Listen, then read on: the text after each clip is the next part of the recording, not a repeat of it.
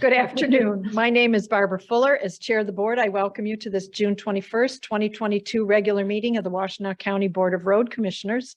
Our Communications Manager, Emily Kaiser, will describe how our meetings operate, how to access the agenda packet, and how people may participate remotely. Emily? Thanks, Commissioner. There are multiple ways to make public comment during today's meeting, whether you're joining us in person or virtually. If you're here in person and would like to make public comment, please fill out the sign-in sheet now. If you're joining us virtually, we'll ask that you virtually raise your hand at the appropriate time in the agenda. If you are joining us virtually, the chat feature on this Zoom meeting is available only as technical support for users on their computer or smartphone. If you're experiencing technical issues with audio or video during the meeting, please submit a comment in the chat and I will help you troubleshoot. If you're a staff member experiencing issues, please contact the IT help desk. The audio and video of this meeting is being recorded. A link to the video recording will be posted to wcroads.org in the coming days. There are printed copies of today's meeting agenda on the table in the back here, and it's also posted to wcroads.org. In addition, I've put a link in the chat if you're joining us virtually to that agenda. Thanks, Commissioner. Thank you, Emily. I now call this meeting to order and ask Aaron to please call the roll. Chair Barb Fuller, Present. Vice Chair Rod Green, Present. Commissioner Douglas Fuller, Present. Commissioner Gloria Yamas, Present. and Commissioner Joanne McCullum. Present. And the following directors are in attendance: Managing Director Shale Sill, Director of Engineering and County Highway Engineer Matt McDonald, Director of Operations Adam Lake, and then Director of Finance and IT Dan Ackerman. He has an excused absence today, but is represented by Cheryl Siddle and Chris Quinter, IT Manager. Thank you, Aaron. If you would now join us in the reciting the Pledge of Allegiance. I pledge allegiance to the flag of the United States of America and to the republic for which it stands, one nation, under God, indivisible, with liberty and justice for all. First item is approval of our agenda. May I have a motion to approve the agenda as presented, please? So moved. Support. Any discussion, additions, deletions, corrections? Hearing none. Aaron, if you would please call the roll. Commissioner Rod Green, Yes. Commissioner Douglas Fuller, Aye. Commissioner Gloria Yamas, Yes. Commissioner Joanne McCullum, Yes. and Commissioner Barb Fuller. Yes, the agenda is unanimously approved.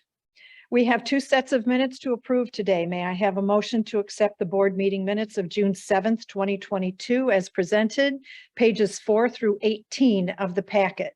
So move. Support. Any discussion?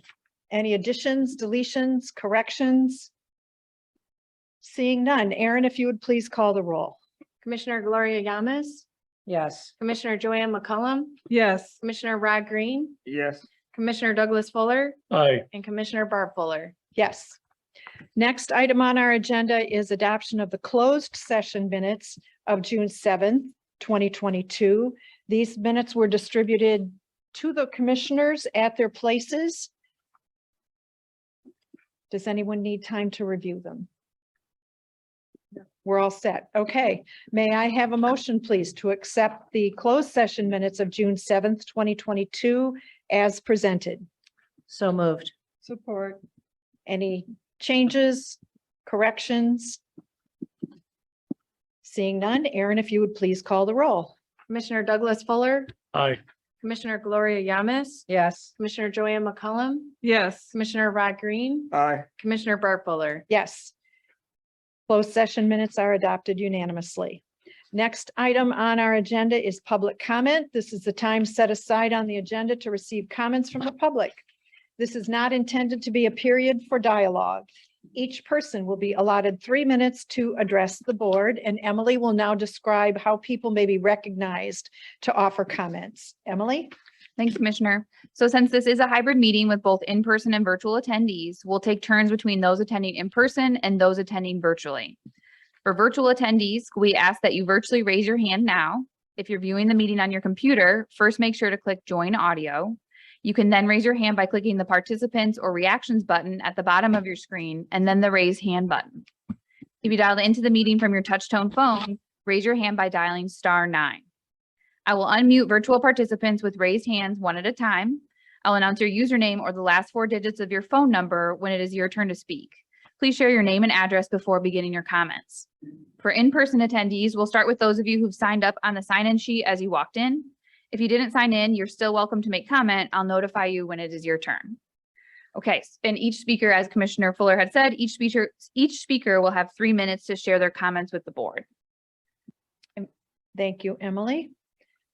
Are there any individuals who have either signed in or hands raised at this time? We have 3 on the sign-in sheet here in person, no raised hands yet, but we have 3 on the sign-in sheet. So we'll start with in-person attendees. Please.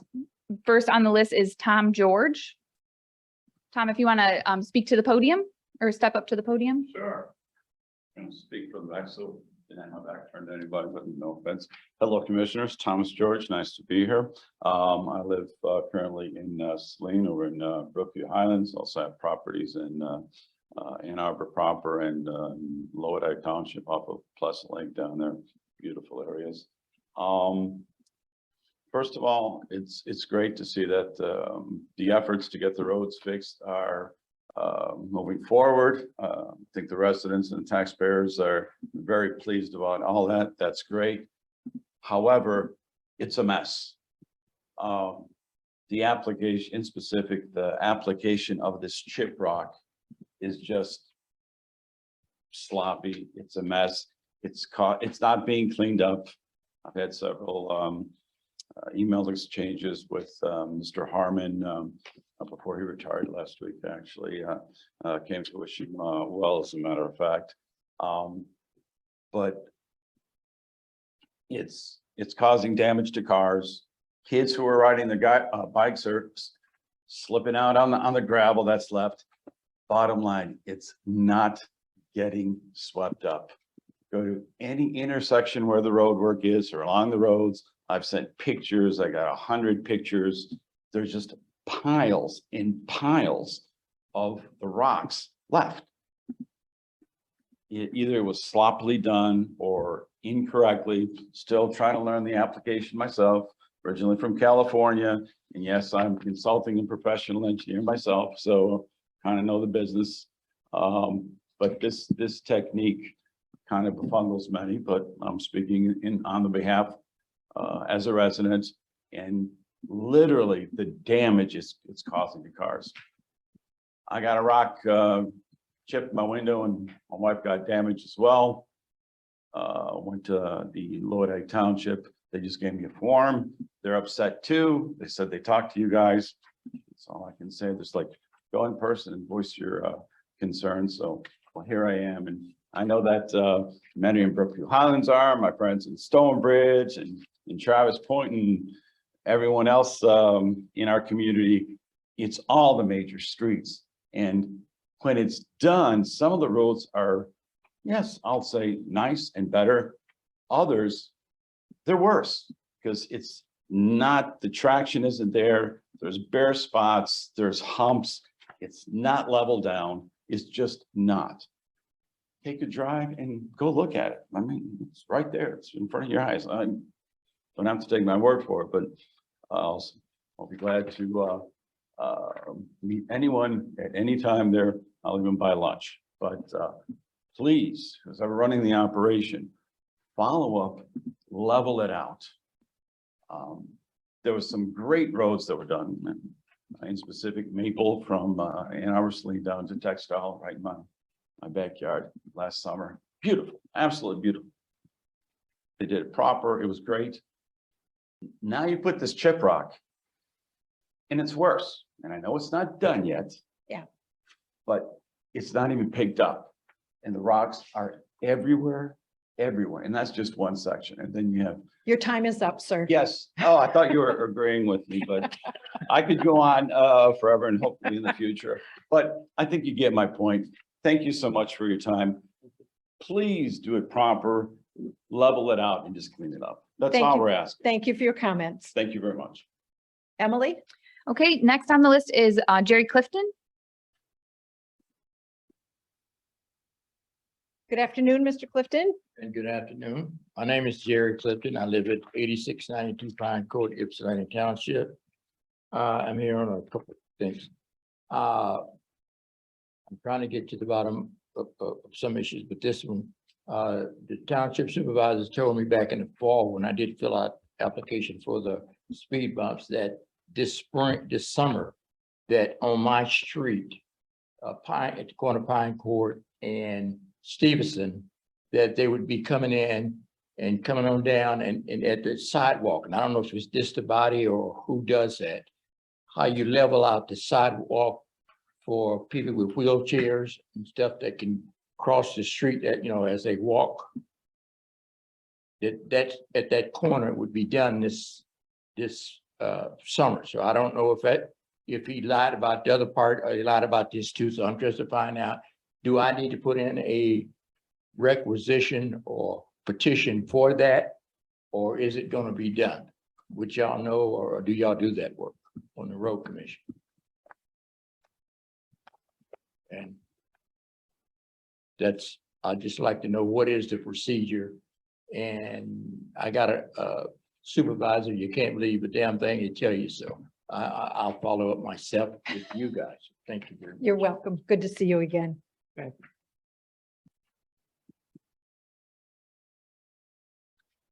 Emily, Okay, next on the list is David Cornish.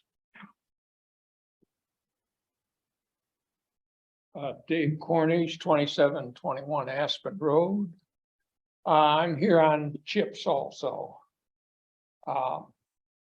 Last Wednesday, about before 3, I'm coming back and run into the truck on Pleasant Lake Road, doing excessive, well over 35 miles an hour, using his salt spreader and spraying. I'd already had one windshield a month ago.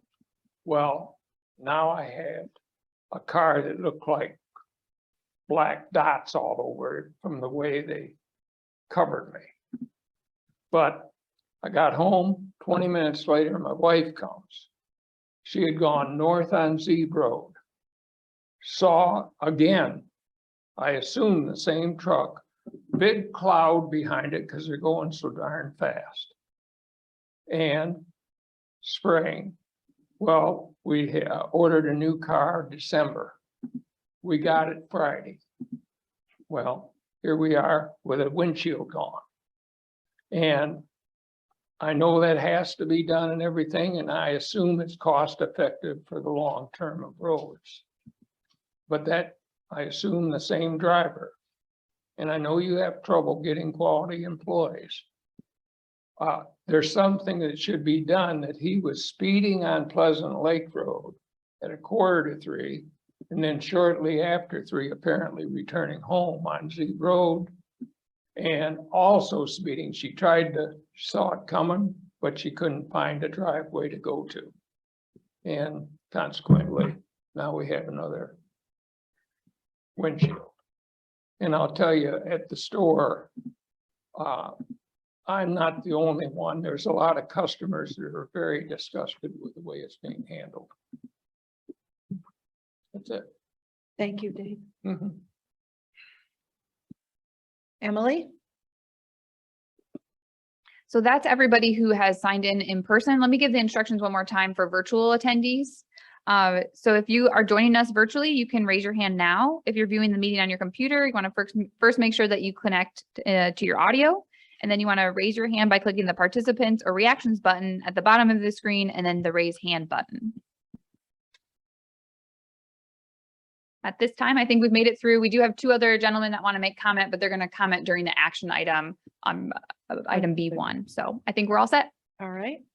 Next item on our agenda is written communications. Appearing on pages 19 through 35 of the packet. Commissioners, anything you want to point out, draw our attention to, inquire about?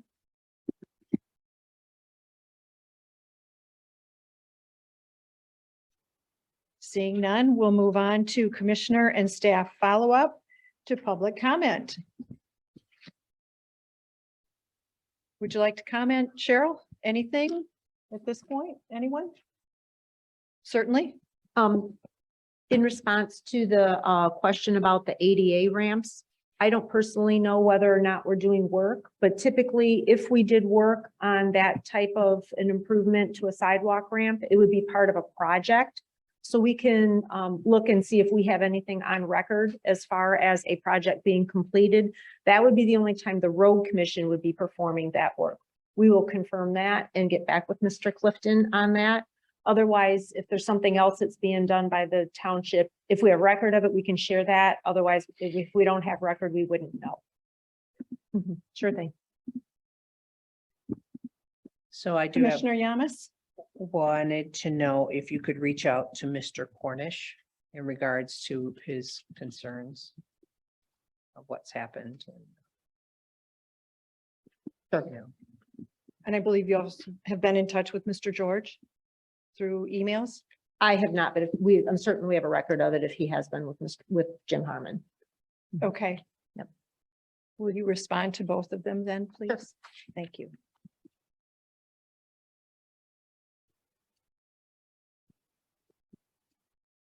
Just making a couple notes here.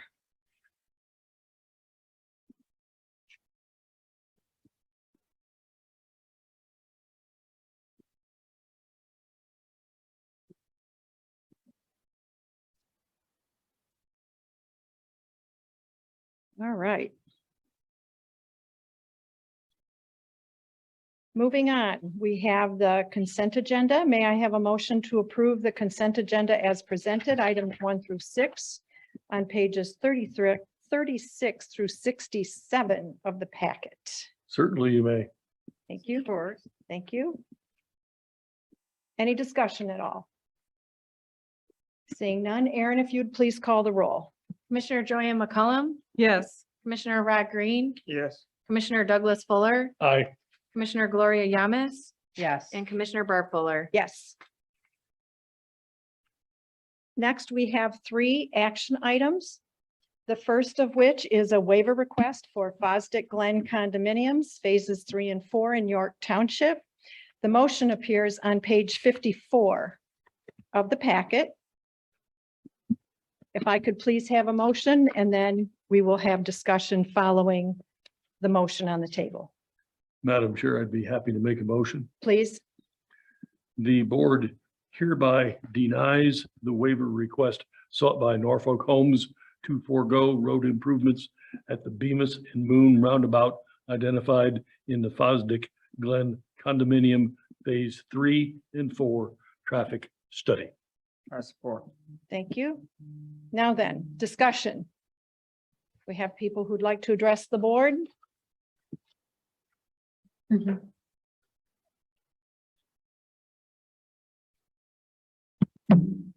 Please identify yourself for the Sure. record and for those who are listening but can't see You what's bet. going on. Matt McDonnell, the Director of Engineering.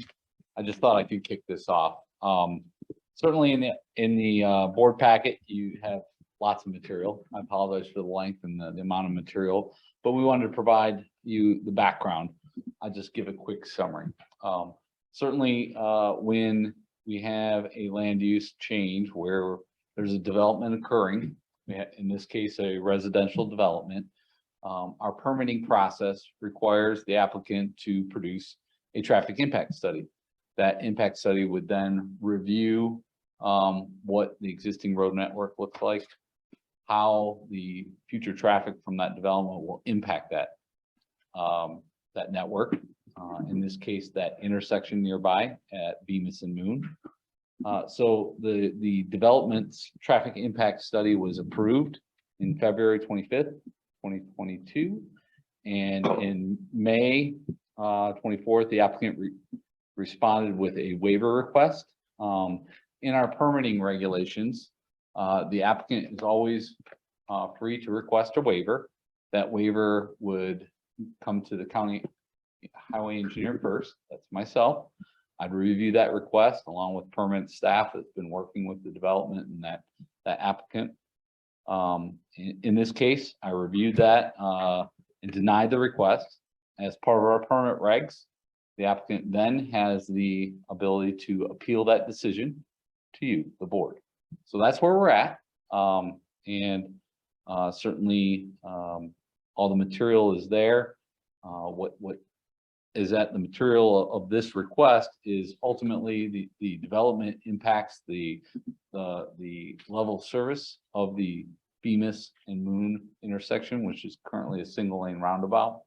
And there is a mitigation requirement as identified in the traffic impact study to do a improvement for the turning movement for westbound traffic going northbound into the intersection.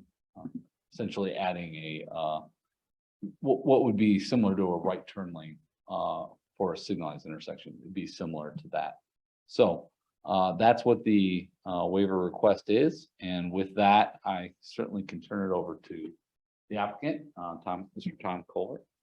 So let me understand, the request has been to not build the extra lane, the right turn lane, correct? Yes, to waive that requirement. And staff has indicated that they believe the lane should be built and has thus denied the request thus far. Correct. So generally what happens is after a traffic impact study is approved, then the next step would be to enter into a road improvement agreement for any mitigation that is required as a condition of permit. So ultimately they had requested that waiver prior to moving ahead with that process. And that request was denied by myself in reviewing it with staff. Based on the traffic impact study. Correct. In our process that we've been doing for quite some time. So you bet. Thank you, Matt. You bet. Thank you. Good afternoon, Commission. My name is Tom Colbert. I'm with Midwestern Consulting. I'm here today with Jim Heisler from Norfolk Development. Matt has outlined our request very well. We've been working with staff. We've studied this intersection through two different studies, one with Kimberly Horn and one with our transportation group in a house. We are requesting a waiver to have to construct or make improvements to the roundabout at the existing intersection. And the main reason is for the function of the movement from westbound Bemis to northbound Moon Road. It's to create a semi-bypass right turn lane. And Tom, I'm sorry, Go ahead, Doug. restate Yep. that last sentence, please. Yep.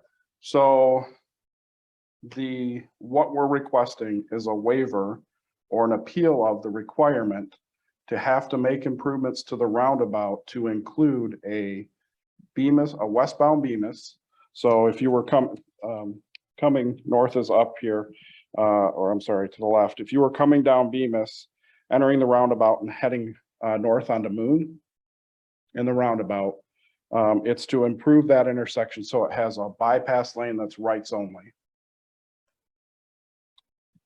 In the two studies, what we learned is that the roundabout in general, and I'm talking about the AM peak hour. This is the AM peak hour that this is the issue at. We have a level of service of B for the whole roundabout. When we influence the roundabout study with the background traffic, it grows to a D. When you add Fosdick, it changes slightly to an E. However, in that one movement, that westbound Bemis to northbound Moon Road, the two studies indicate that that movement currently functions as a C. When you add the background traffic, that movement through that roundabout changes to an F. When you add our project, it continues to be an F. So with the background growth, that turning movement changes from C to F, and then our change in that whole movement continues at the F. The Fosdick Glen 3-4 development, which you see here has one access point, it generates less than 100 peak hour trips to the road network.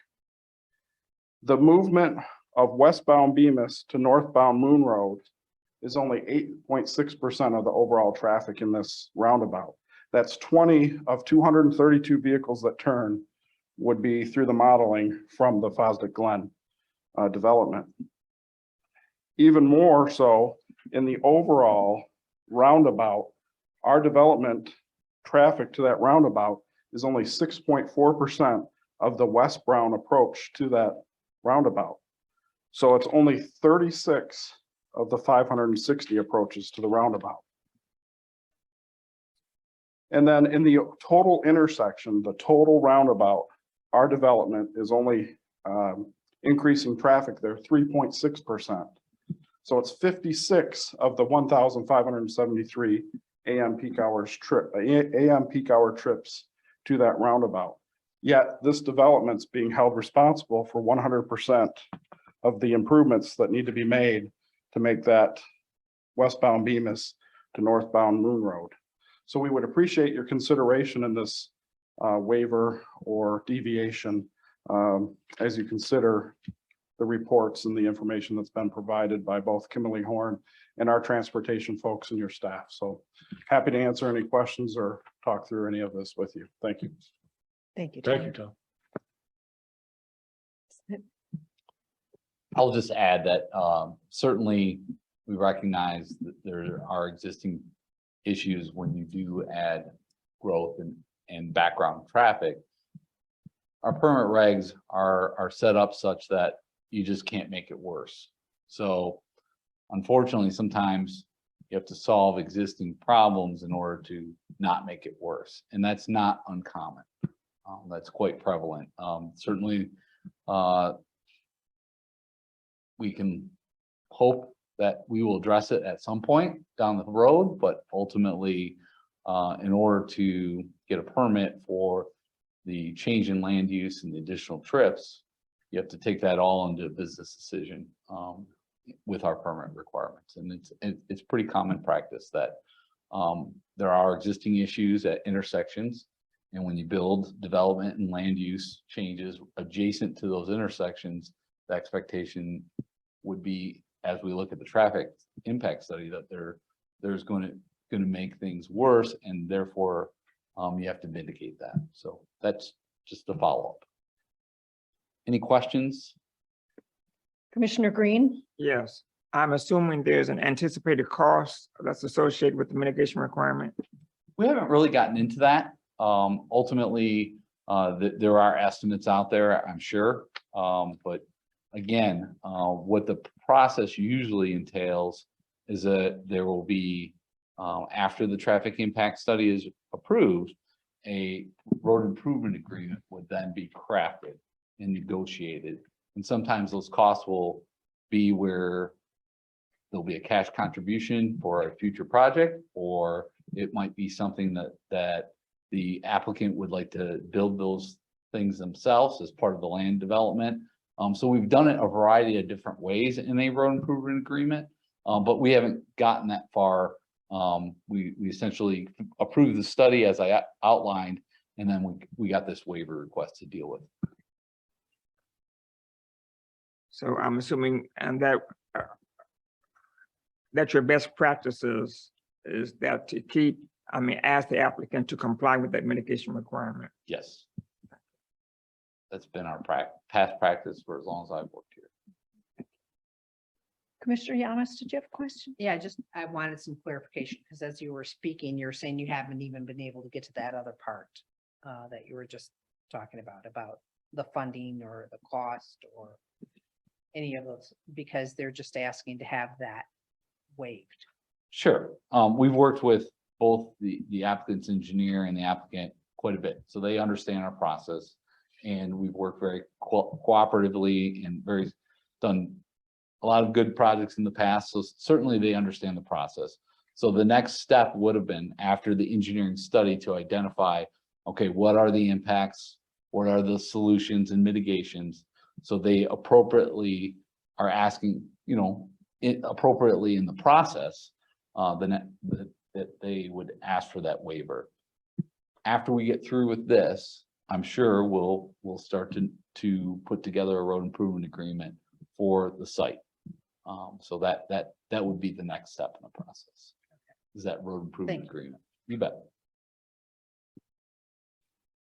Mr. Heisler, did you want to? Oh, I'm sorry. sorry. Commissioner Green. That's fine. What about the argument of the applicant that he's being asked, or his group is being asked to fund 100% of the mitigation requirement when his contribution to the damage or the degradation is not 100%? Well, our past practice has been, well, that's a business decision, and certainly you can wait until we find adequate funding for an improvement like that. That happens quite a bit if, for instance, if it was a signalized intersection. I think a great example in Pittsfield Township, there was a development in and around the Platte Road and Michigan Avenue intersection. They elected to, rather than build it themselves, to do a cash contribution for a right turn lane at the intersection of Platte Road and Michigan. So that's one way to solve that. But again, we have told developers historically, you know, it can't be made worse. There might be existing problems out there. You can certainly wait for us to find funding and solve them.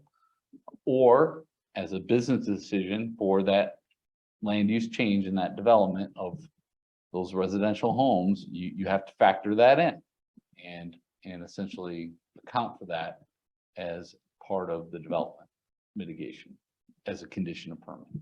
And again, this is a practice that we've done and working very cooperatively with our legal counsel, Mr. Philbrick, who helped us develop this process and model. And we've been pretty successful at making sure that ultimately that we're issuing permits that were safe and reasonable for access and for those impacted intersections. So I'm sorry, anyone? Again, go ahead, Rod. No. Oh, okay. So if the waiver is denied, does that stop Norfolk Development's project? No. No. Okay. Anything else, Matt, at the moment? No, Mr. Heisler. Yes, Jim Heisler, representing Norfolk Development Corporation, the owners of the property. I appreciate your time. Everybody here has been operating in a very respectful manner. However, we do respectfully disagree at this point with maybe the procedure a little bit, because we come before you with a waiver and it's either 100% or 0%. And we don't mind contributing, but we have 2 arterial roads, a Walmart, 2 dealerships, 2 new strip malls, and major crossroads, all the other developments. And we have a properly zoned now piece of property that we're being denied the use of, because we cannot go any further until this is settled one way or another. And we would like the chance to sit down, and rather than everybody start writing letters and having people line up behind them, we'd rather spend the money on trying to solve the problem and contribute in the future, because we don't disagree with any of the analysis that's been here and, you know, that your past practices, but as everyone knows, when you write all these things down, you can't take into account every single situation. Where here, we are just looking at background traffic. You have the problem regardless if we're there or not. We don't meet a lot of standard criteria that this should even be considered a problem, because we don't have enough trips during the peak hour. You've heard all kinds of information. We've had a chance to study it for a long time. I would, the quick answer would be, is I would respectfully request it would be tabled and we can sit down with the staff, whoever the appropriate people, and try to come to some agreement to work through this where we'd make some contribution. We've looked at the total cost of it being with right-of-way purchase, figuring we would have to purchase some right-of-way off on that right turn lane, somewhere to be in the neighborhood of 250, 300,000. If you completely rebuilt that to what you would probably want to design it for, anywhere from $700,000 to $900,000. And we don't feel, when we're sitting there and statistically are maybe 8% of it, and that's on background contribution, we don't feel that that's the correct procedure. Now we'll sit down and we'd like to talk, and we'd rather put some in there, but we've been effectively denied a legal use of our property over that procedure. So we would respectfully like to sit down and if it could be tabled, see if we can come to some way to move forward or at least talk about it more than, okay, here's this formal procedure. Next one is you ask for a full waiver, which we would like that, but we understand that there might be some middle ground in here, or there could be, and we'd sure like to explore that. Mr. Heisler, how many units in the proposed development, please? There's 57. 57. Okay.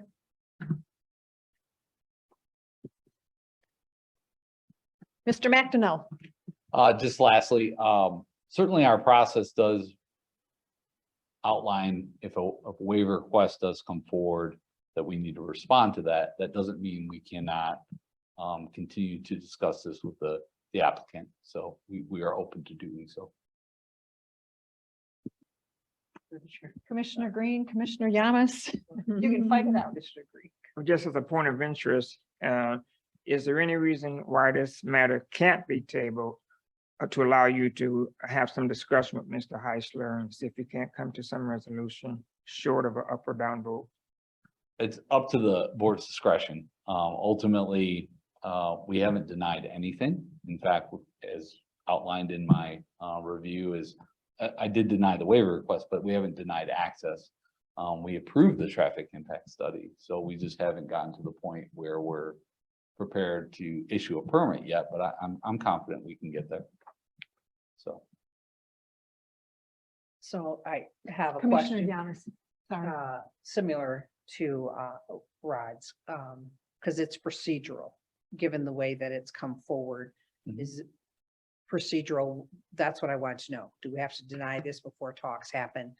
Is it appropriate to do as Ron asked, to table the issue and see where it goes, or does this absolutely have to be turned down?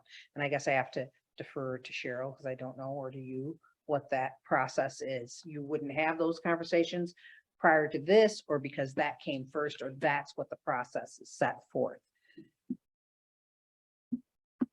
The request is for a full waiver. Right. That's the question that's before this board. Should that be denied?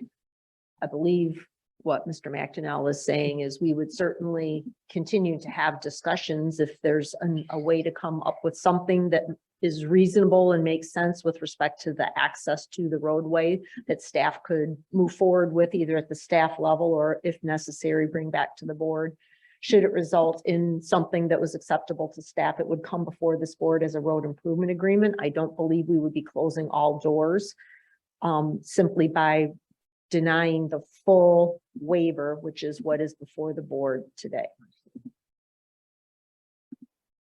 Commissioner Green, So you're effectively saying that a denial by this board does not preclude further discussion and perhaps a resolution. That is correct. Okay. It has, may I? please. It has not in times past. Beg pardon? The issuance of the denial has not ever, in my experience so far, barred any further conversation. I see. I tend to agree with the managing director and staff here. We're acting upon a request by an applicant. Right, I It is understand. clear and cut. We may do whatever we would like to do here, but there is no intention based on past practice in developing a road improvement agreement. This action today, whatever action we took, would complicate. We simply, okay, you asked for a waiver, we denied the waiver, let's move on to what is possible here. And certainly I think everybody at this table, as well as the audience, is aware that there is probably some room in there to come to an agreement. Because certainly Mr. Heisler's point, there is an existing amount of background traffic. We all understand that. That particular intersection is fairly key both to the communities of Milan and Saline. All, pretty nearly always traffic there. Commissioner McCollum. Yeah, so if the waiver is not accept, if that's It's denied. denied, then because I heard two things, I'm confused. It's like, no, it won't stop it, and yes, it will.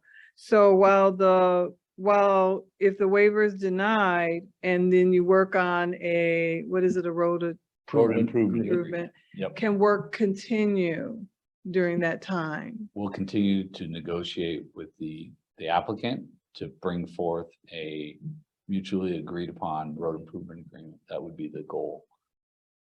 That they can continue their work. We have not denied access for a permit. We have not denied the permit. The only thing I denied was the waiver request. In fact, we approved the traffic impact study.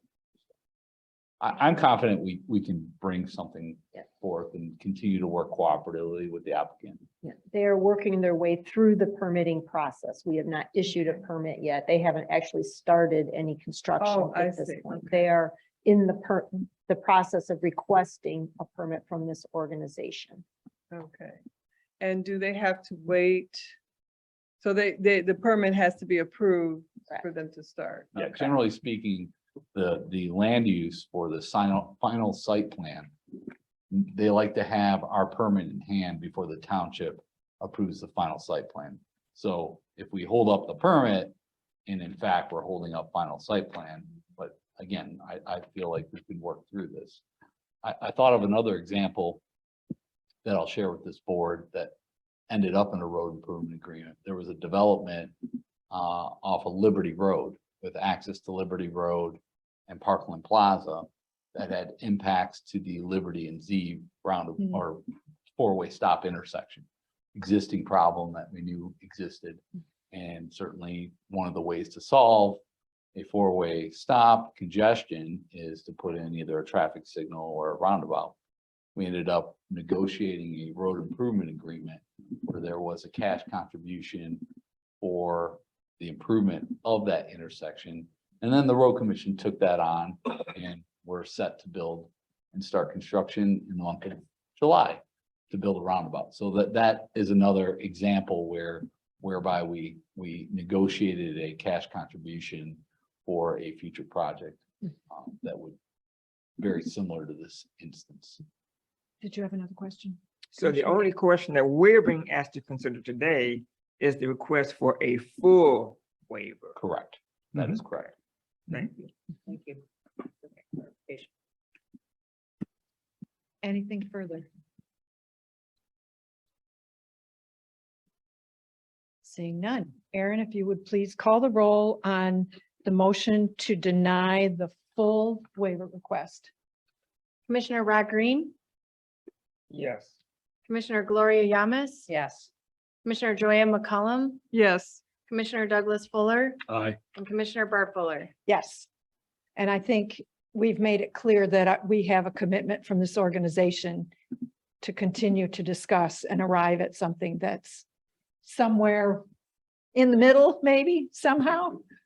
I know you folks go back a long way together, so I'm hopeful that that relationship can remain solid and we can come up with something that feels a little better. Thank you, Mr. Colbert. Mr. Heisel.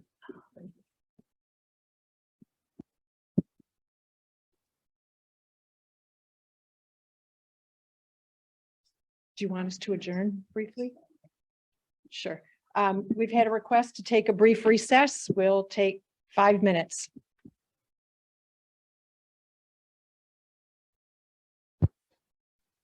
All right, we are all ready to start again whenever you are.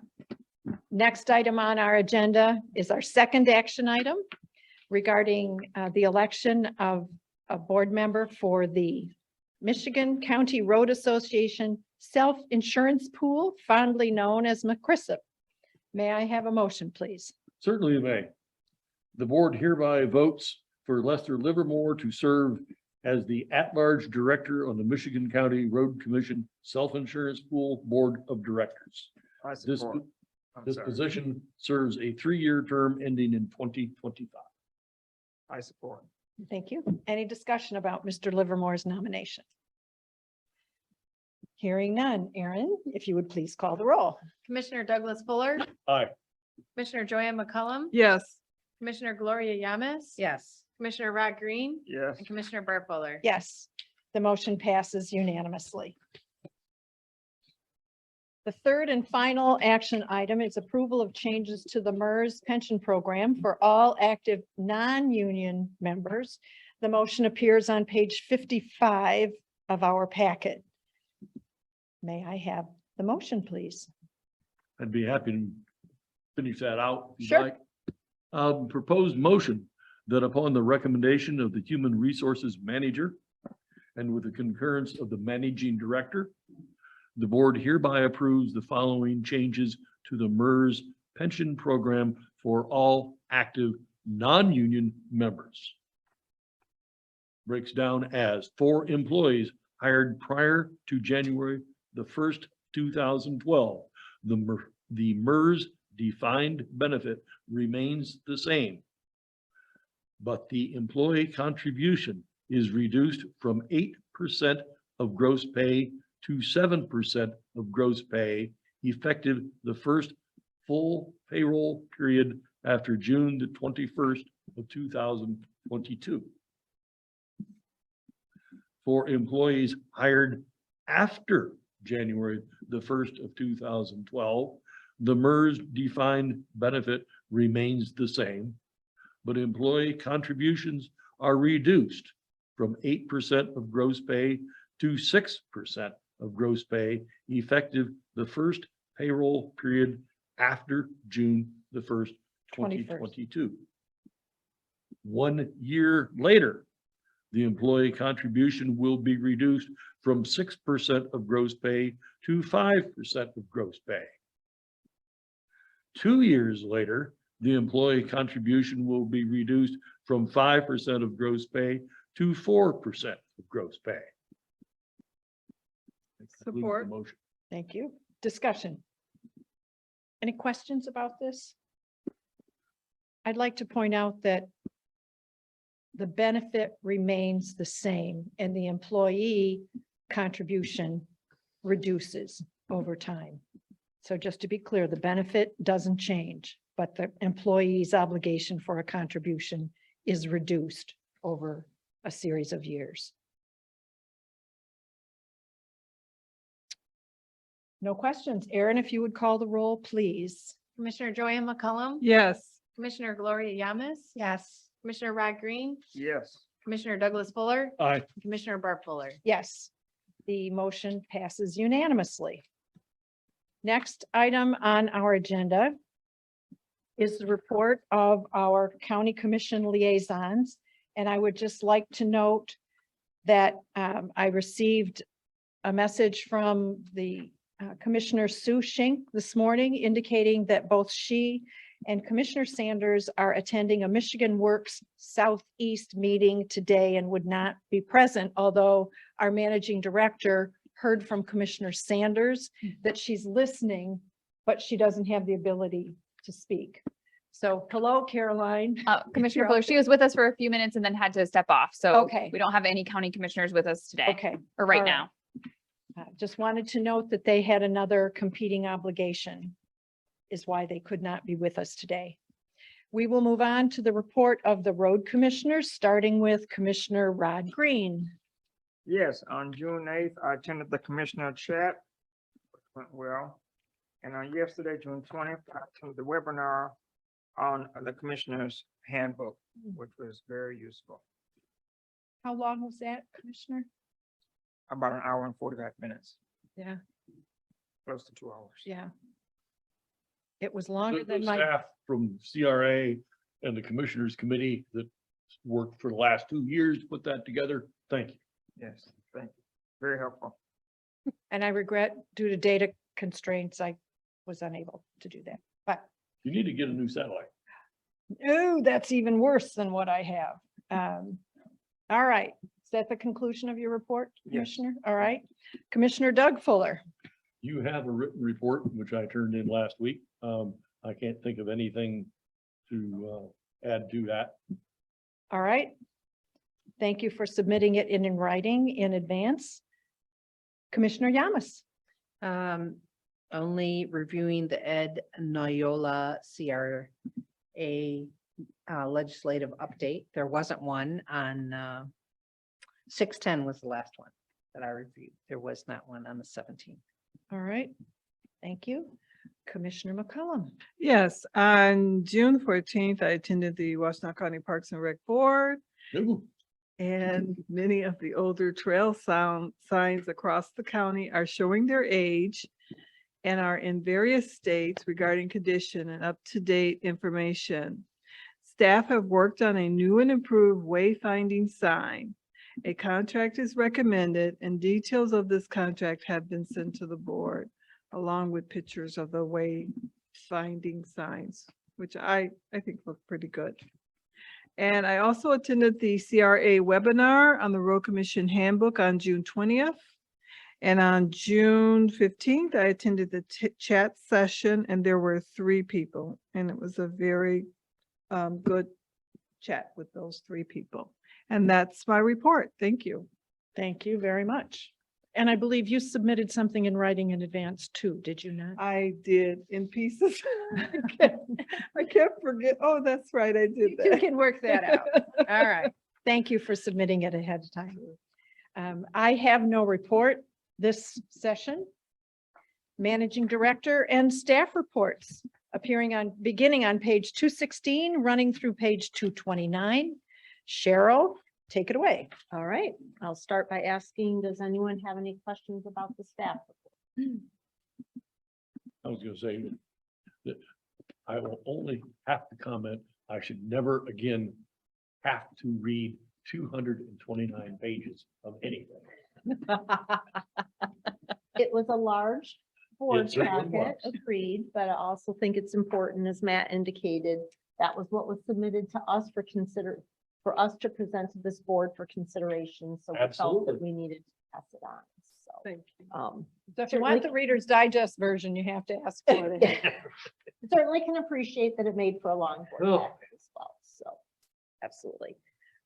Just a couple of things before I turn it over to staff. The main thing has been that obviously the last couple of weeks have been full of staff changes for us. So, last Wednesday was the last day for both Jim Harmon and for Paul Schneider. So it was with great sadness, that we sent them off into retirement. They did not seem sad at all. Are they still like Exactly. this? I'm pretty sure they have permagrin from the event, but all is good there. And so with that, obviously, I think I announced at the last meeting, we have Adam Lake as our new Director of Operations. So we are quite pleased to see him in his new role. And this has had a cascading effect. So in addition, we have a gentleman by the name of Jared Powers, who is our new Assistant Superintendent. He has been with us. He started as a driver and has worked his way up through operations, was a group leader, came over into engineering, was a technician for a while, and now is our assistant superintendent. So we're super pleased about that. In addition, a gentleman by the name of Scott Burby is our new District 3 foreman. Actually very similar path to Jared. He too started as a driver, worked his way up, actually was in the sign shop for a little bit, was a group leader for a little bit in District 1, was an engineering technician in traffic and safety, and has moved over to District 3.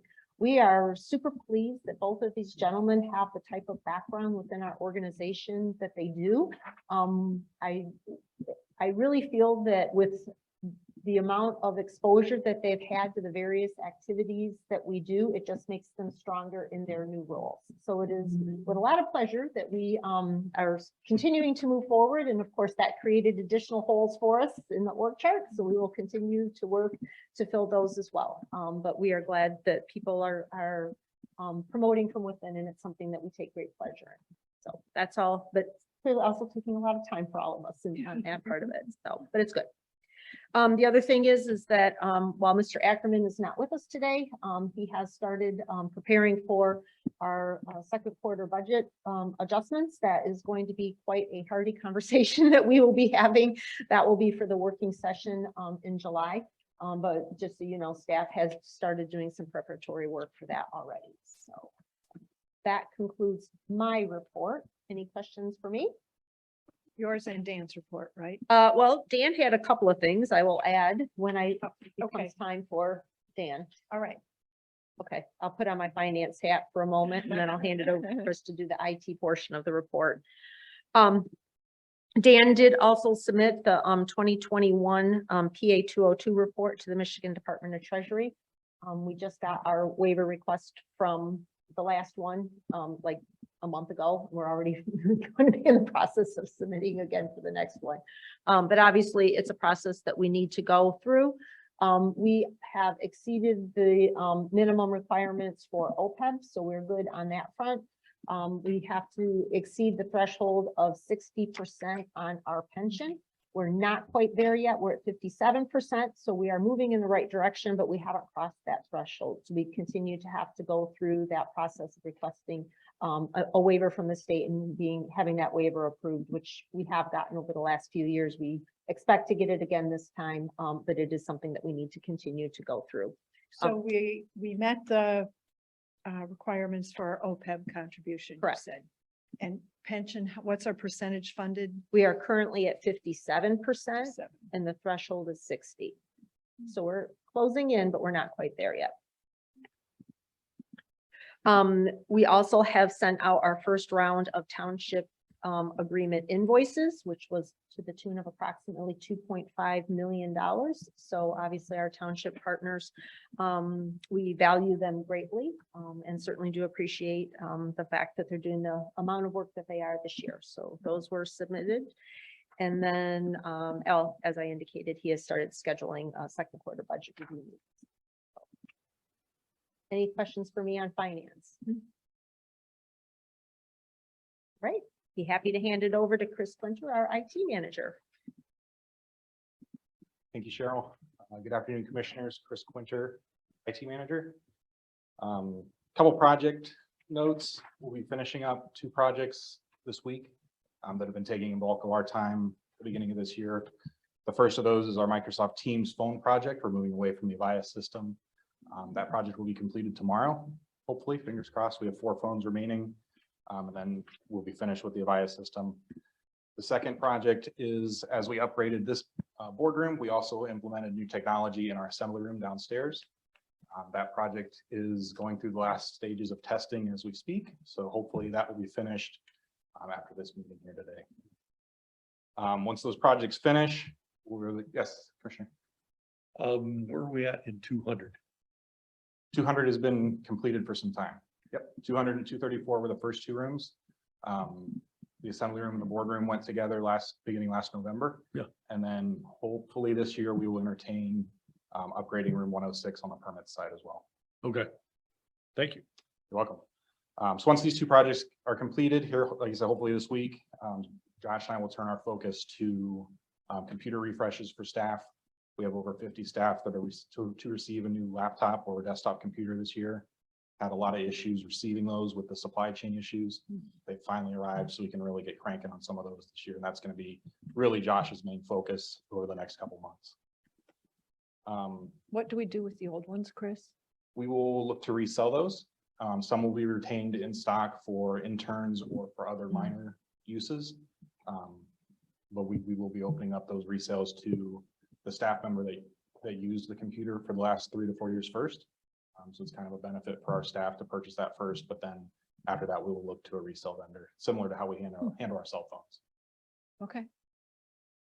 Yes, Commissioner. So how much would the amount be? It varies based on the model. We have a couple different models that we have in stock.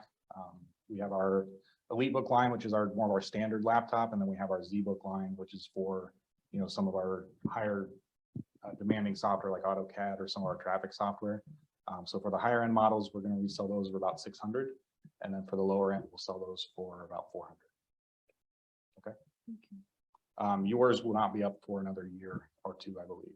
You're So safe. Thank you. You can rest assured that Thank you. that you won't be. getting- We're all holding our breath. When you don't bring them in, right? Right, exactly. So switching from that, so as we do those upgrades on a security side, we will also be implementing what's called multi-factor authentication for staff email accounts. That is the process by which you sign into an account and then it calls your phone for a second form. It says enter the code or it texts you a code. I believe we've set all you up with that already. But we'll be implementing that across the organization. And that's also a change that's being mandated by Microsoft through the Office 365 platform. So we have to abide by that by October. So our process right now is, since we are touching 50 computers at once, we will also implement that on a user by user basis instead of a blanket across the organization. But those that are not receiving a new computer, we'll reach out to them afterwards and make sure that's accomplished by October. Also on the security side, each year we are required by our cybersecurity insurance to issue some form of training to staff. If you recall last year, anyone with a laptop or a cell phone had to watch about a half-hour videos. They really do bring a good message. Some of them are a little corny or a little far-fetched maybe, but it does bring a good message and it's a good reminder to staff some of the risks that exist and what some of the potential damages are if they fall for some of those vulnerabilities. So we will be assembling that training hopefully in July here and rolling that out in August. That's our. So will that be done virtually, Chris? Or are we all going to come in and? It'll be done virtually again. The platform that we use is through our cybersecurity insurance. Like we did last time? Exactly. Yep. It'll be a few short videos. It'll last probably 30 to 40 minutes and there'll be a couple quizzes. And then anyone that is struggling, will reach out to them and make sure that they have the training and the understanding that they need. Okay. And then last thing I have, we had a server event last month that caused us to use our Datto cloud backup servers for the first time. So while the event was not a good thing, it was a good thing to see that our cloud recovery worked very well. We were able to restore to a previous point, and we were actually able to use those cloud servers for about 3 days, just as we would with the servers on site. So that was a very good thing to see. We actually had a test for those scheduled about a month later. So we actually got to use them live before the test. So it was good to see that they worked well. But moving forward, we plan to test those, either quarterly or bi-yearly. So everything's working well there. And with that, any other questions that I can answer? Was there anything that any of us did to make the server vulnerable? No, actually it was within the IT department. There was a script that we ran that did not run as expected overnight. There was some overnight patching we were trying to do, and basically it targeted too many servers at once and brought everything down. Okay. So no, it was nothing that was done maliciously or anything by staff. It was just a mistake on our end. Okay. Any questions for Chris? Did that have something to do what happened the last time we met? When we couldn't get these monitors to work? That was No, that's actually a separate issue. Oh. So that's actually an issue with power in this room. So if the building loses power, some of the equipment in this room may go offline. We have since put a battery backup in the server closet in here to try to keep that from happening. Okay. But we believe we've got that kind of figured out to prevent that from happening again as well. great.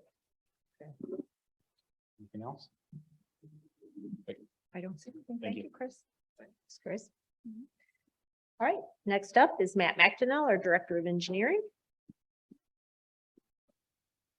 This is the Matt McNamara Day, isn't it?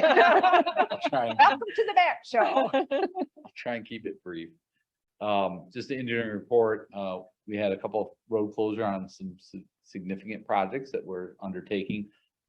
Barker Road up in Northfield Township, that road is now closed, work is ongoing. And then North Territorial and Pontiac Trail, the roundabout project. May Please. I? Barker Road, have we getting cooperation from the natives? Or has that been problematic? No, I think with any road closure, the first week or so is, a lot of questions are raised, a lot of phone calls. You did what? Exactly. No, Can I Matt get would through never there if I characterize live it that there? way. Is the common question and theme is, if I live within the closure, am I still able to have access? And the answer is always yes, of course, but we would prefer to use this, but it's going to be day to day because we're replacing culverts. And so the key is communication, and I think Emily and her staff have done a great job of setting us up for success with our project updates. And our project managers work very closely with her staff to make sure the word gets out. And then, of course, we have inspectors on site, which are boots on the ground to make sure that everything runs smoothly and questions are asked and answered in person, which is always a good thing. So, yes, going all right, getting up and running. Pontiac Trail and North Territorial, that progress is, if you've been out there, the pavement's gone. They've stripped the topsoil, they've begun filling in the area for where the new road's going to be, is particularly on the south leg, so that's making good progress. Did receive confirmation that Michelle sent out our federal aid buyout request, and then we got receipt with acknowledging. What's the timestamp? It was very quick, so she did a really good job. In fact, we got a bunch of alerts, and she caught this, was that MDOT form had one email address and then the directions had another. She sent them to both. So she's very Belt and good like that. suspenders. Yeah, Yes. yeah. Michelle Ford takes very good care of us. And I've already got a call from the director at Watts, Ryan Buck, just to make sure that we were all on the same page, which we were. And he put in a call and said, thus far, I believe they had under the threshold of that 25 million. He said, I think the number was $14 million in requests thus far. So if it's truly first come, first serve, we got all 4 requests. So we'll see, obviously. Can't believe that, why wouldn't there have been $377 million worth of requests?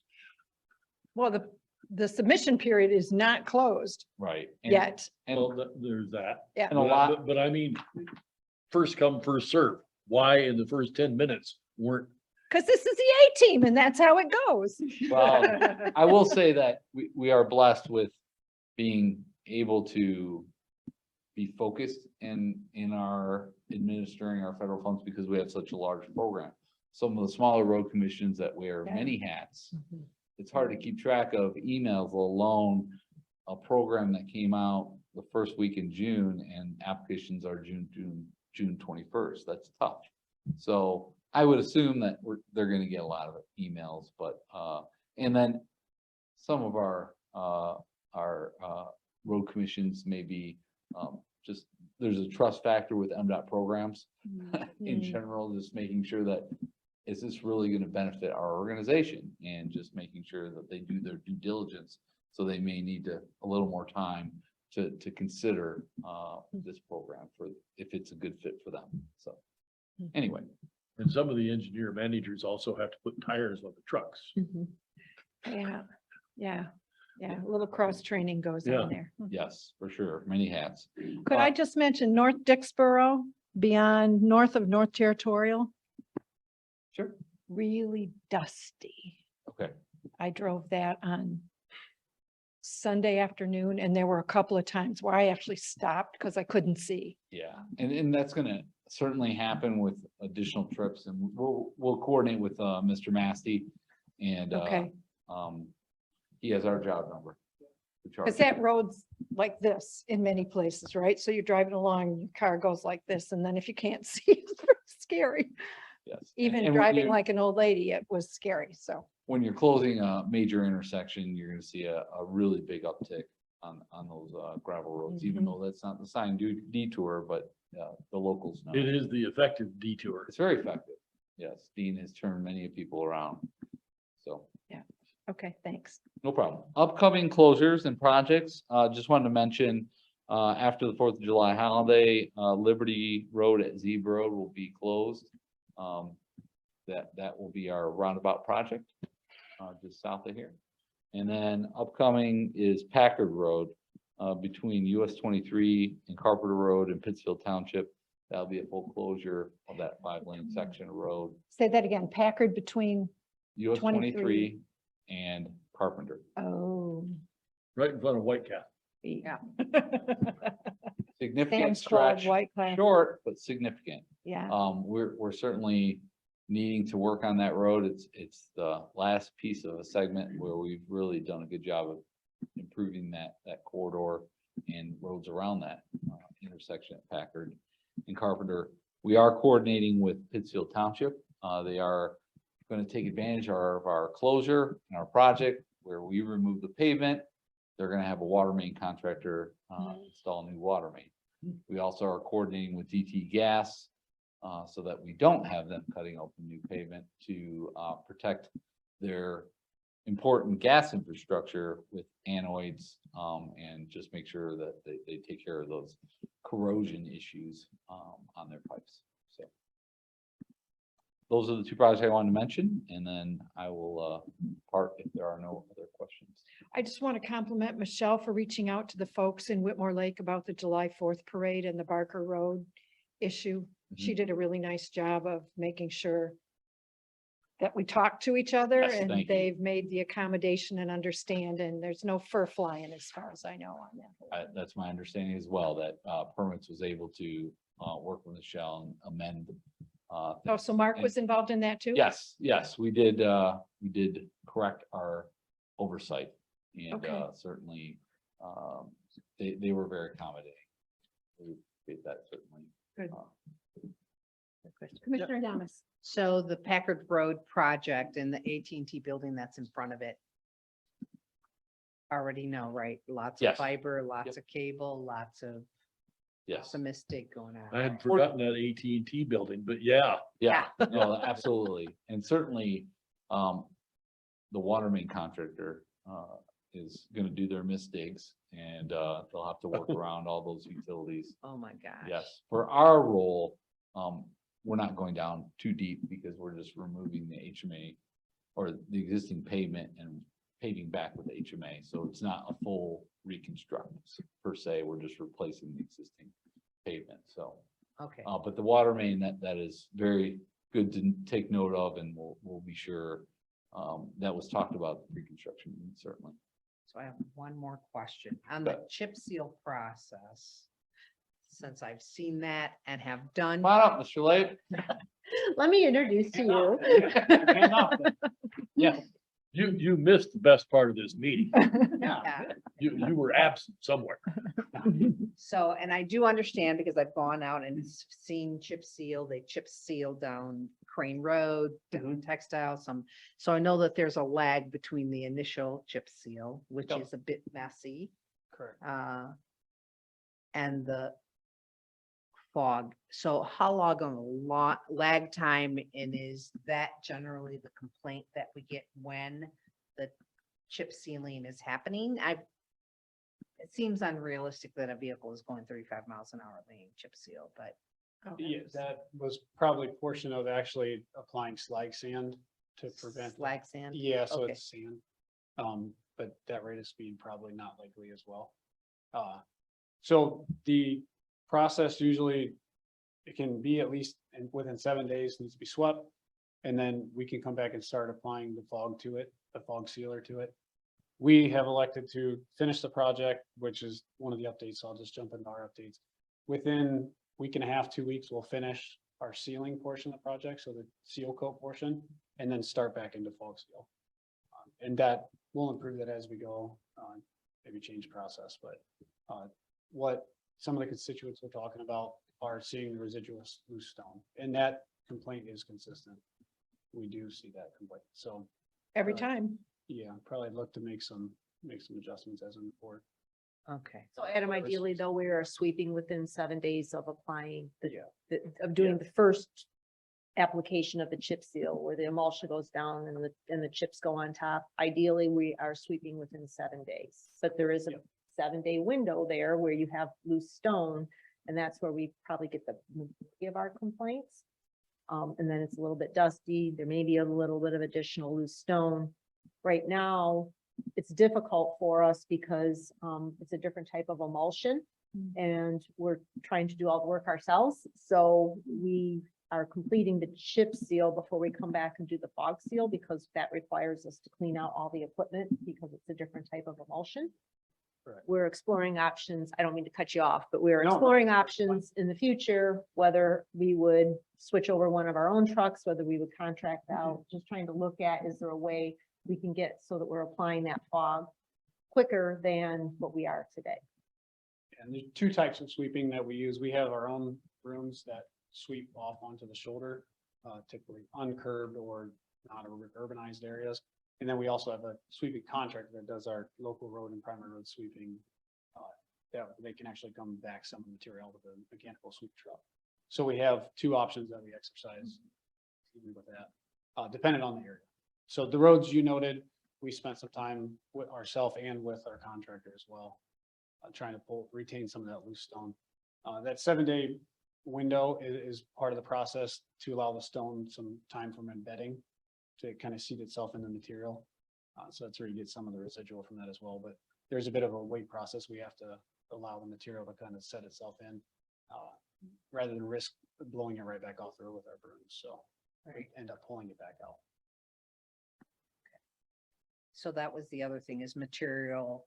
I don't even know if that's possible, but do you retain some of that material or not? Those Yes, stones that The get. sweepings, yeah, so the open uncurved areas are swept to the shoulder where it matches in with the limestone usually or the aggregate for the shoulder material. The sweepings we bring back to our yards or our facilities and we'll use those for either backfill for later culvert activity. That's usually the main use for those. We don't generate hundreds and hundreds of tons of this, but enough that we can use to backfill some culverts. Matter of fact, used just recently when we had North Territorial closed shortly. Just last week, we finished some of the pavement repairs up there as well in preparation for seal coat.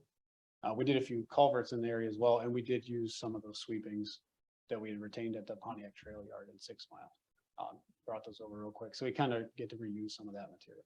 So we don't lose it as much. Thank you. Doug?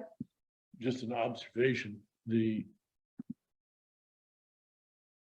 work that you did on North Territorial between, let's say, Webster Church and Whitmore Lake.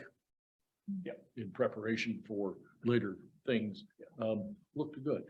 Thank you. Yeah, it Really was, pleased. it was excellent. It was nice to have traffic mainly away from us and some opportunity to work and traffic and safety engineering. They helped us. Did, greatly with design did for you detail. wedge that asphalt in, or We wedged in, I thought I saw one place where it unmistakable mark because it looked like I had done it.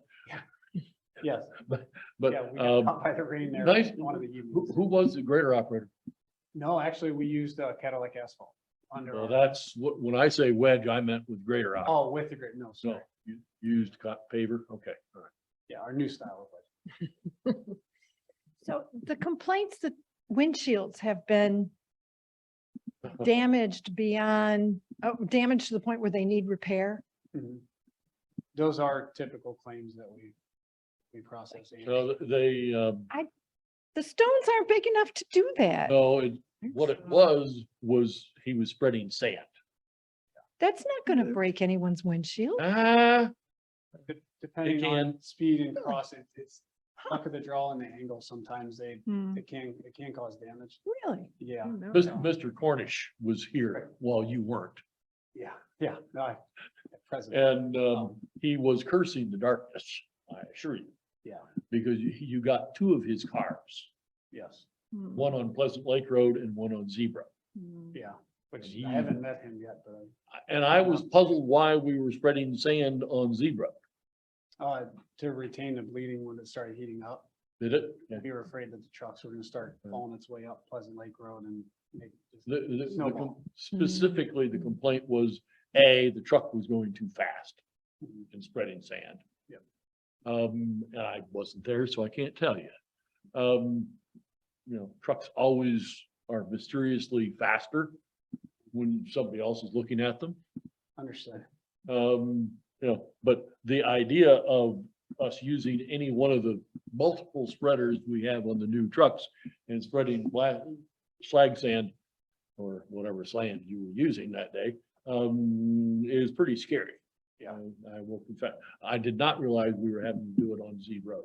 Yeah, a lot of it was just preparatory, just to make sure that we didn't see continued bleeding up. Oh, no. So a lot of it, try to absorb some of that material when it gets hotter. It's used to kind of cap the liquid portion of the sealer that wants to track when it gets warm. The sort of thing that happens when the application wasn't perfect.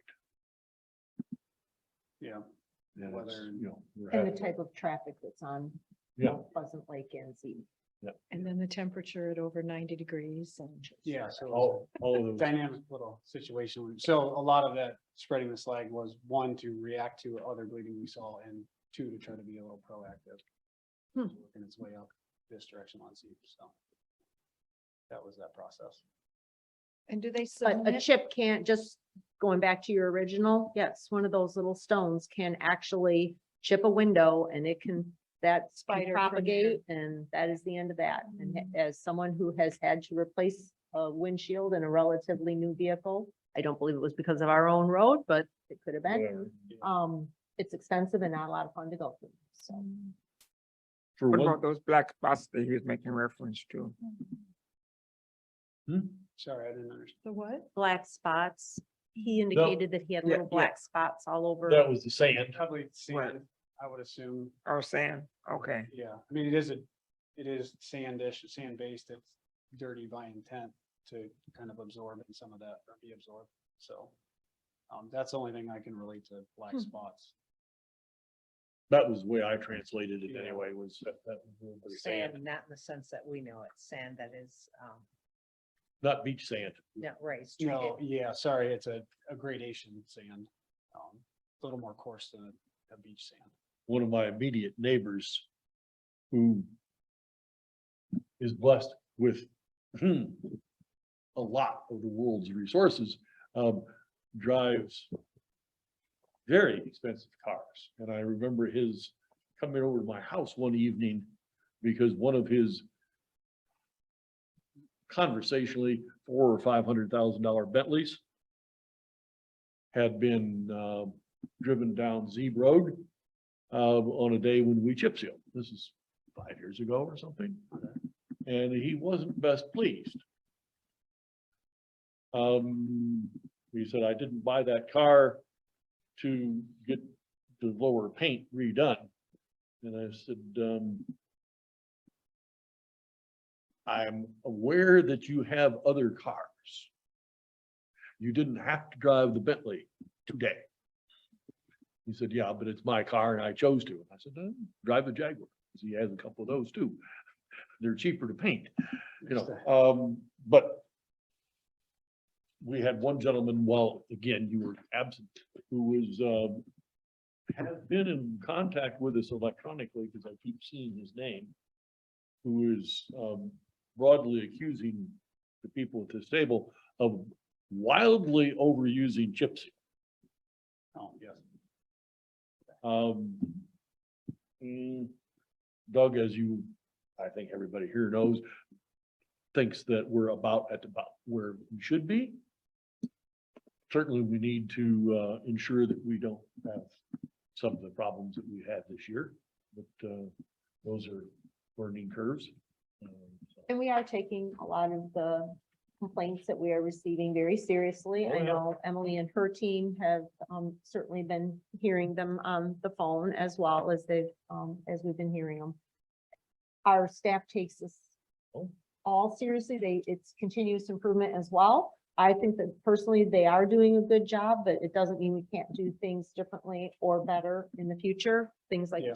trying to figure out how we can get back through and make sure that we're fogging quicker, because that gives us the final product and people, it really does tame things down quite a bit when we can finally do that. But to Adam's point, it does have to sit for a period for us to be able to do all the steps that we need to do.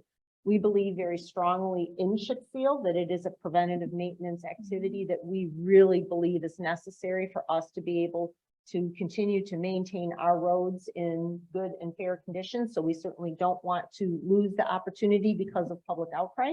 So we've been hearing loud and clear what the public has been having to say, so if there's ways that we can make this better in the future, we are also committed to doing that. But I do think staff is doing their level best, and Well- the field crews that are out there are absolutely taking this very seriously. what is the typical lag time between chip seal and fog seal? I mean, Be ideally, the better part of a month. yeah, at this point, Goal is to shrink that down a little bit and get that closer to the 7-day window. It can easily be a month because with the 100 miles takes us some time to make our way through it. 30 days? Right now, it's taking us Yeah. about 30 days. If we can shrink that down, and certainly if weather comes into play, then it just keeps getting longer. So we're evaluating what we can do to try to narrow that window down. Yeah, Think another tack truck. understood. Yeah, we trust processed materials. And obviously the methods we're using, but we can still continue to refine our process a bit. Traffic and just the traffic patterns themselves, I think, are showing us things that we can reevaluate. We're in some heavily trafficked areas this Yeah. year. So just a little process adjustment and evaluate that. I think we can keep getting better. Right. It is a learning process. It is. And it's also fluid because you won't do the same road next year that you did this year. So every road is going to be a different set of circumstances. True. Temperature certainly applies to it. Cheryl used a word that I just absolutely causes me to have a heart attack. Every time I hear it's an emulsion. Oh. There is nothing about an emulsion that is a good thing. An emulsion is just like making mayonnaise in the kitchen. Oh my God, it's liquid oil and water. The two things aren't even supposed to mix together. Yet there's a whole industry out there that likes people to buy very expensive water at about $12 a gallon for the water and oil at $200 a gallon and try and mix those. Well, that simply doesn't work. And there are chip sealers all over the United States every year that convince themselves yet again, Inherent challenges. my God, we don't use emulsions. The fog seal is actually an emulsion, but the oil that we use to locate the chips is not an emulsion. It is straight up an oil. And it has some chance, consequently, of holding the stones. What else, Adam? All righty, real quick, we're excited. Last week we started in and completed a little bit of the paving portion of some of the Pittsfield Township local road program. So Mr. Burnbeck was able to accomplish some of that, and obviously a lot to follow, but excited to start that portion of the program a lot sooner in the year than we typically get to. So it's a good sign. We're going pretty good right now. Right. Normally they get bumped off a little bit. This year we had a good start out of the gate with a lot of our primary work. So all is well there. The local road limestone projects, we've been working in Scioto Township right now. Finish that up here in the next day or two. And then ideally get to the 45,000 tons we have ordered for District 5 area. So that's Saline, York, Augusta Townships. We have some roads through there, as you guys know, through our agreements. Start those, hopefully maybe even tomorrow if we get lucky, but by the end of the week at the latest, and carry on with those. Webster Church, north of North Territorial. When would you expect to do something with that? Dust control is what I'm thinking. Oh, okay, sorry. Pratt Road will start sometime next week, so probably in the next week, we should be able to be all the way up that direction. That's gonna lead us up through there. Yeah, not as soon as we'd love, but we're chasing after it. The District 1 crew, so the 3 townships here in the middle of the county, we had a greater fail for us the other day that we had to take to Michigan Cat. So Caterpillar dealer got us the rental, so we're back up and going, but we lost a little bit of time last week with that equipment failure, so. And it wasn't able to bring itself home, so we had to trailer it there, so. That one slowed us down a touch, so that's a portion of the reason for being a little behind compared to what we want to be District 1. We're moving forward, and everyone else is following suit to that throughout the county. Every other piece of our 11 are moving forward, so we're scraping with all 11 at this moment. In roadside mowing, I'm sure you've probably seen questions, complaints, concerns. Roadside mowing's progressing is at a quick pace, considerable with the humidity and how quick things have grown. It sparked up and went fast. So yeah, go ahead. Do you mow the roundabout on Wired and US? That's been perfect. Yeah, I so mean, we've done some work with the contractor too. They use a different type of mower. Okay. More like a residential commercial mower. We have kind of a standalone portion that we have them provide for us that service. Through all that development, kind of brought a lot of those up that we weren't gonna mow that with a typical highway mower. Right. So a lot finer cut, a little more comparable to what we have out front. Every time I drive by there, it looks like it was just cut. Our contractor. Probably was. Now I have to question that. Yeah, right. Our contractor is doing good with that. Thank And lucky to have a contractor that kind of has Yeah. both sides of residential. Whitetown does a lot of mowing Yeah. on their own. Yeah, some of those lines you may see, they may overlap as well where we Okay. do some specialized work, but. Well, that I won't specific- say anything then. No, no, specifically that area is Yeah. not that we had to work. with. Yeah. Thank you. Yep. Lodi and Dexter, just to finish up, Lodi and Dexter is the direction we're kind of moving into with the primary paved mowing, right? Making our way. We've got majority to south and the east, so working our way kind of northwest right now. So, yeah, accomplish that, and then it'll be branching off into the unpaved roads. And then when those start wrapping up, we'll be back to the paved primaries. So, contractor's busy and grass is busy growing, so. Oh, it sure is. It's slowing down. Well, I hope so. Yeah, yeah. That's all I have unless there's any other questions. The fix-it chart. Okay. Yeah, the request, 575. Wow. And 400 were closed. That's in a month, right? Yeah, a lot of that helps when we, and we probably speak on this too, but a lot of it helps when we get into the dust control because a lot of it's unpaved roads. So we're able to batch close and get through those processes because we're literally touching every road throughout the county. Great, Yes, our foremen are exceptional. They keep us very busy. They keep moving. thank you. I will forward that on to them. Anything else for Adam? I do not see anything All else. right. Thank Mark. you. Thank you, Adam. Thank- Right. that's All it for set? that. Okay. I'd like everybody to note that on July 5th, the day after the 4th of July at 1 o'clock, we have our next board meeting. Virtual chat sessions occurring every Wednesday from noon to 1. Tomorrow is Commissioner McCollum. And the 29th, I will be in the hot seat. And if there's no further business before the board, I would entertain a motion to adjourn. Please. Support. Any discussion? Aaron, if you would please call the roll. Commissioner Joanne McCullum, Yes. Commissioner Rod Green, Yes. Commissioner Gloria Yamas. Yes. Commissioner Douglas Fuller. Aye. Commissioner Barb Fuller. Yes. Unanimously, we are adjourned. Thank you, everybody. Thank you.